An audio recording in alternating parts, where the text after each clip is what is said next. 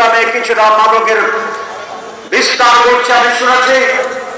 আমি প্রশাসনের দৃষ্টি আকর্ষণ করতে চাই, এখন এখানে পুলিশ আছে, র্যাব আছে, সেনাবাহিনী আছে এবং সিভিল প্রশাসন আছে।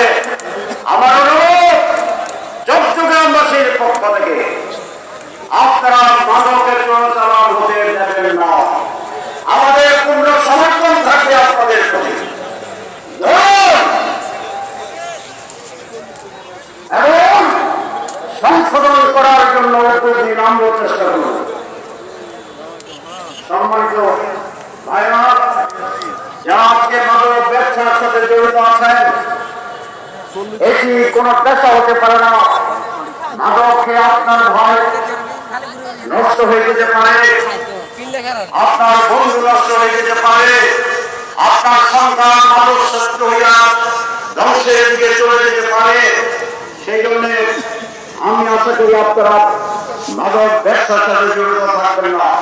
আপনাদের জন্য আপনারা যদি চান তাহলে আমরা পুরো বছরের জন্য গ্রহণ করবো ইনশাআল্লাহ।